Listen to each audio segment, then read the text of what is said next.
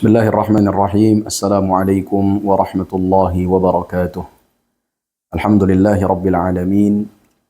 Wassalatu wassalamu ala ashrafil anbiya'i wal mursalin wa ala alihi wa ashabihi ajma'in. Subhanaka la ilma lana illa ma 'allamtana innaka antal alimul hakim. Rabbi shrah li sadri wa yassir li amri wahlul 'uqdatam min lisani yafqahu qawli. Para pemirsa yang dimuliakan Allah, hari ini kita akan membahas istilah-istilah dasar dalam ilmu mustalahul hadis. Ada 4 istilah yang akan kita bahas. Yang pertama adalah al-hadis, yang kedua adalah al-khabar, yang ketiga adalah as-sanad, dan yang keempat adalah al-matan. Tentu mengetahui definisi istilah-istilah tersebut sangat penting sebelum kita membahas terkait dengan ilmu mustalahul hadis. Apa definisi hadis?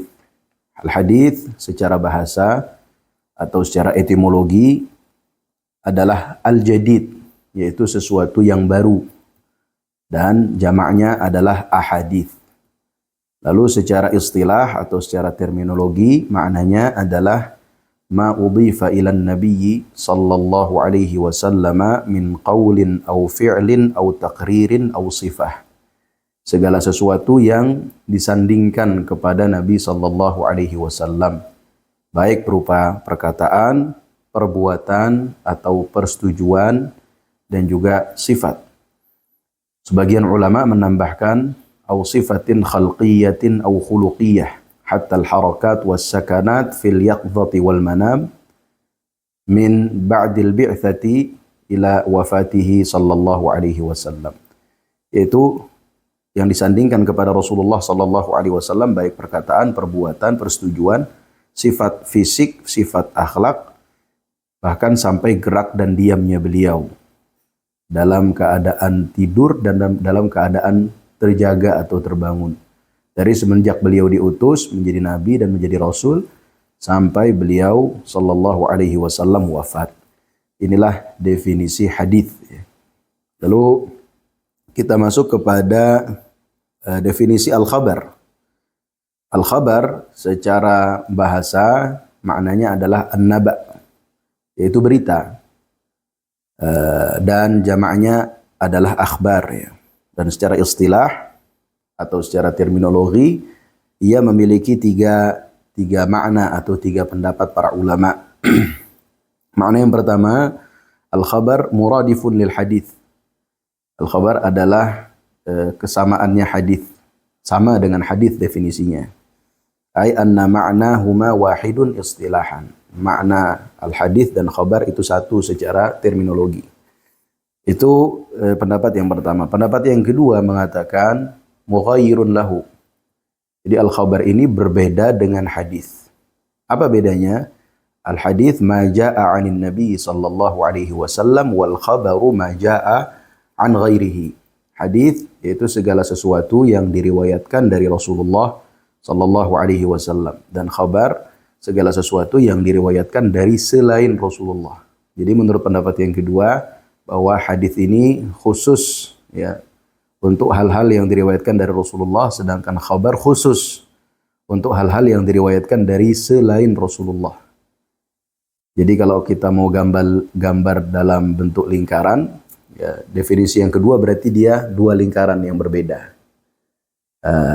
Kalau definisi yang pertama, hadis sama dengan khabar, berarti dia 1 lingkaran yang sama, hadis atau khabar. Ini definisi yang kedua, 2 lingkaran berbeda. Hadis definisi sendiri, khabar definisi sendiri. Lalu yang ketiga, pendapat yang ketiga mengatakan a'ammu minhu, bahwa khabar ini lebih umum daripada hadis.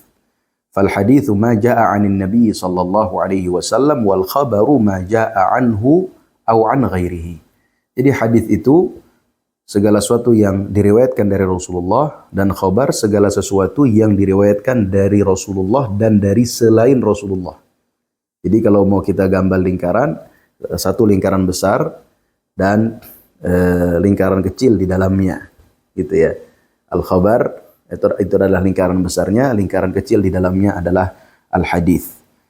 Para pemirsa yang dimuliakan Allah, lalu berikutnya yang akan kita bahas terkait dengan as-sanad. Apa itu as-sanad? Secara bahasa artinya adalah al-mu'tamad, yaitu sesuatu yang dijadikan sandaran. Ya. Wa summiya kadzalika li'anna al-haditsa yastanidu ilaihi wa ya'tamidu alaihi. Dinamakan demikian karena hadis itu atau segala sesuatu yang diriwayatkan dari Rasulullah itu bersandar kepada sanad tersebut, ya. Nah, itu secara bahasa. Jadi secara bahasa sanad adalah al-mu'tamad, yang dijadikan sandaran, tempat bersandar. Secara istilah, secara terminologi, sanad definisinya adalah silsilatur rijali al-musilatu lil matni. Rangkaian perawi yang menyampaikan kita kepada matan, ya. Jadi kalau kita baca kitab-kitab hadis yang premier, sumber utama dalam hadis, ya. Sumber utama dalam hadis adalah kitab-kitab hadis yang bersanad seperti Al-Kutubus Sittah atau Al-Kutubut Tis'ah. Lalu Musnad Imam Ahmad, Muwatta Imam Malik, ya, Sunan Al-Baihaqi, Sunan Ad-Darqutni, dan juga kitab-kitab hadis lain yang bersanad, ya. Kalau kita baca hadis dalam kitab-kitab tersebut, kita tidak akan langsung mendapatkan matan, tapi kita akan mendapatkan rangkaian sanad terlebih dahulu. Ya, haddatsana fulan, qala haddatsana fulan, an fulan sampai kepada Rasulullah sallallahu alaihi wasallam. Itulah yang disebut dengan sanad. Nah, sanad dari penulis sampai kepada Rasulullah sallallahu alaihi wasallam. Kalau kita buka Sahih Bukhari, berarti sanad dari Imam Bukhari sampai kepada Rasulullah untuk setiap hadisnya. Jadi rangkaian perawi yang menyampaikan kita kepada matan. Hanya sanad ini atau kajian sanad itu hanya terbatas sampai kepada hadis itu dibukukan. Sampai kepada hadis itu dibukukan. Jadi misal kita ingin melakukan studi sanad sebuah hadis yang ada di dalam Sunan At-Tirmidzi, maka yang kita teliti adalah Imam Tirmidzi, guru beliau, gurunya lagi, sampai kepada sahabat, sampai kepada Rasulullah sallallahu alaihi wasallam.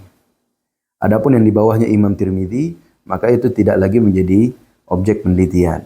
Misal saya hari ini di tahun 2025 meriwayatkan hadis dengan sanad saya dari guru saya sampai Imam Tirmidzi sampai kepada Rasulullah. Maka di bawah Imam Tirmidzi sampai saya itu tidak lagi menjadi objek penelitian dalam kajian ilmu sanad, ya. Jadi sanad adalah rangkaian perawi yang menyampaikan kita kepada matan, tapi terbatas dari si penulis kitab, si pembuku, ya. Apapun kitab hadisnya. Kalau Sahih Bukhari berarti dari Imam Bukharinya sampai ke Rasulullah. Kalau Sahih Muslim berarti dari Imam Muslimnya sampai ke Rasulullah. Kalau dalam Musnad Ahmad berarti Imam Ahmadnya sampai ke Rasulullah. Kalau dalam Muwatta Malik berarti Imam Maliknya sampai ke Rasulullah. Kalau dalam Sunan Ad-Darimi berarti dari Imam Dariminya sampai ke Rasulullah, dan seterusnya. Itu yang disebut dengan as-sanad.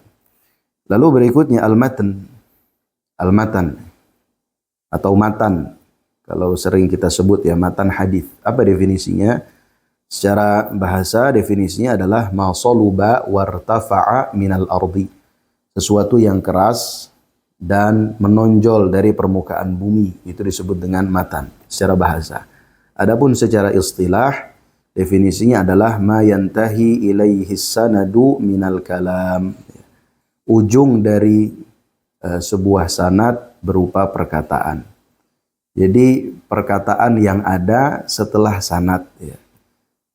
Kalau kita lihat dalam hadis, setelah sanad ujungnya adalah qala Rasulullah sallallahu alaihi wasallam innamal a'malu binniyat, misalnya. Berarti innamal a'malu binniyat itu disebut dengan matan.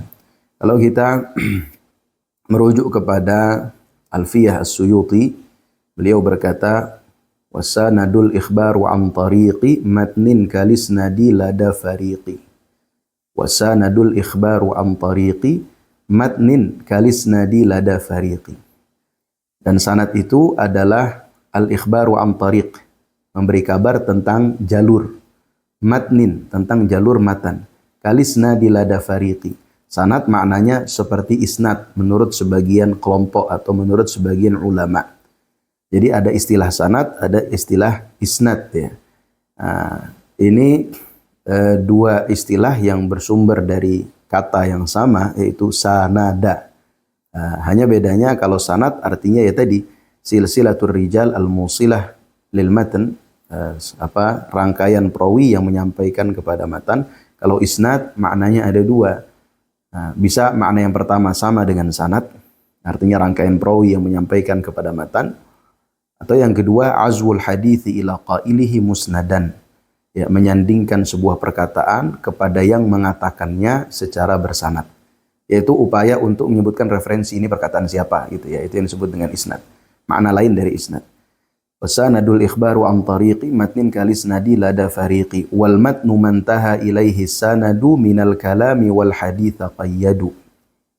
Wal matnu mantaha ilaihi sanadu, matan adalah ujung dari sanad, minal kalami berupa perkataan, wal haditha qayyadu, dan hadith mereka definisikan bima udhifa lin nabiyyi qawlanau fi'lan wa taqriran wa nahwaha hakau, segala sesuatu yang disandingkan kepada Nabi sallallahu alaihi wasallam, baik perkataan, perbuatan dan persetujuan dan semisalnya, disebutkan oleh para ulama. Itulah definisi 4 istilah dari istilah-istilah dasar dalam ilmu mustalahul hadis, yaitu al-hadith, al-khabar, as-sanad atau al-isnad, dan juga al-matan. Semoga bermanfaat. Wa sallallahu ala nabiyyina Muhammadin wa ala alihi wa sahbihi wa sallam walhamdulillahi rabbil alamin.